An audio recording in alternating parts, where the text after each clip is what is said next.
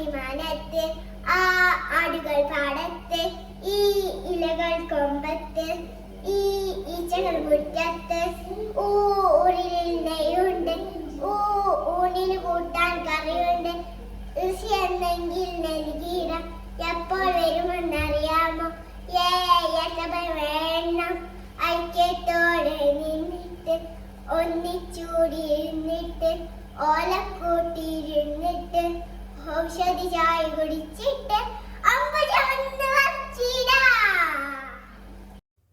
Hi all, അസ്സലാമു അലൈക്കും. ഇന്ന് നമുക്ക് നൈനക്കുട്ടീൻ്റെ കൂടെ പാട്ടും കേട്ടൊരു മീൻകറി ഉണ്ടാക്കാം. വെൽക്കം. മീൻകറിക്കുള്ള ഉള്ളി, തക്കാളി, ഇഞ്ചി, വെളുത്തുള്ളി എല്ലാ വെജിറ്റബിൾസും സെറ്റാക്കി വെക്കാം. പിന്നെ മെയിനായിട്ട് വേണ്ട പുളിയും വേണം. പുളിയും സെറ്റാക്കി വെക്കാം. അതിന് മുമ്പ് നമുക്കൊന്ന് ടേസ്റ്റ് ചെയ്ത് നോക്കാം. പുളി ഉണ്ടോയെന്ന് നമുക്കൊന്ന് അറിയണമല്ലോ. നല്ല പുളിയുണ്ട്, അടിപൊളി പുളി. ഒരു പാട്ട് പാടൂ.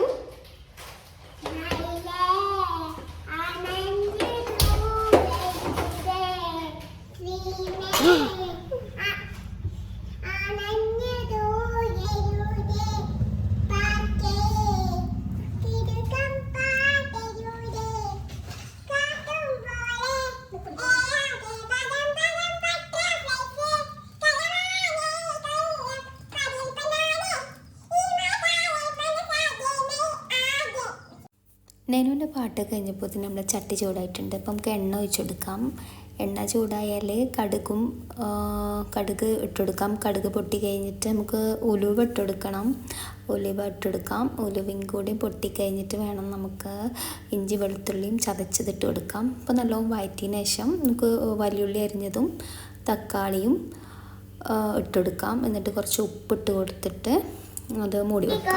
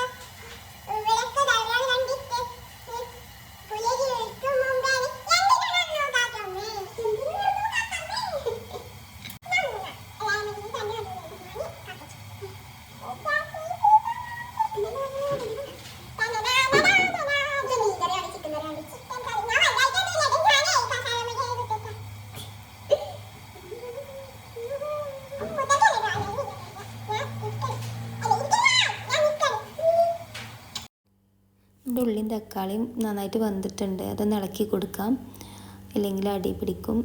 അതിനിടയിൽ റിന്നു വരുന്നുണ്ട്. ഓക്ക് നാളെ എക്സാമാണ്, സ്കൂളിൽ ഇംഗ്ലീഷാണ്. അപ്പോൾ ഓരോ ഡൗട്ട് ക്ലിയർ ചെയ്യാൻ വേണ്ടിയിട്ട് ഇങ്ങനെ ഇടയ്ക്ക് വരുന്നുണ്ട്. അപ്പോൾ കുക്കിങ്ങിൻ്റെ ഇടയിൽ അത് നടക്കുന്നുണ്ട്. പഠിത്തം നടക്കുന്നുണ്ട്, കുക്കിങ് നടക്കുന്നുണ്ട്. അപ്പോൾ അതൊക്കെ ഒന്ന് ക്ലിയർ ചെയ്ത് കൊടുത്തു. അപ്പോൾ തന്നെ നമുക്കതേക്ക് മുളക് പൊടിയും മഞ്ഞൾപ്പൊടി മല്ലിപ്പൊടി ഒക്കെ ഇട്ടിട്ട് നന്നായിട്ട് ഇളക്കാം. ഉപ്പിടണം. നേരത്തെ കുറച്ച് ഉപ്പിട്ടുണ്ടായിരുന്നു, പാകത്തിന് കുറച്ചുകൂടി ഉപ്പിട്ടിട്ട് നന്നായിട്ട് ഇളക്കി കൊടുക്കാം. പിന്നെ പുളി വേണം. ഞങ്ങൾ നല്ല പുളിയിടും. നല്ല പുളിയുള്ള മീൻ കറിയാണ് ഇഷ്ടം. അപ്പോൾ നന്നായിട്ട് പുളിയിടും. അപ്പോൾ ഒന്ന് അടച്ച് വെക്കാം.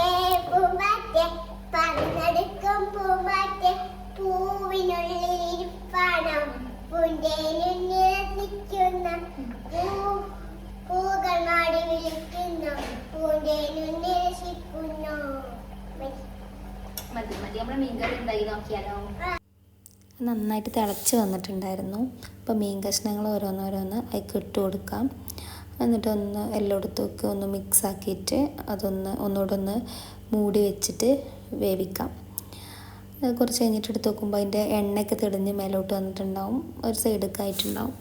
അപ്പോൾ മീനൊക്കെ വെന്തിട്ടുണ്ട്, മീൻകറി റെഡി ആയിട്ടുണ്ട്. അപ്പോൾ നമുക്ക് ഫുഡ് കഴിക്കാം.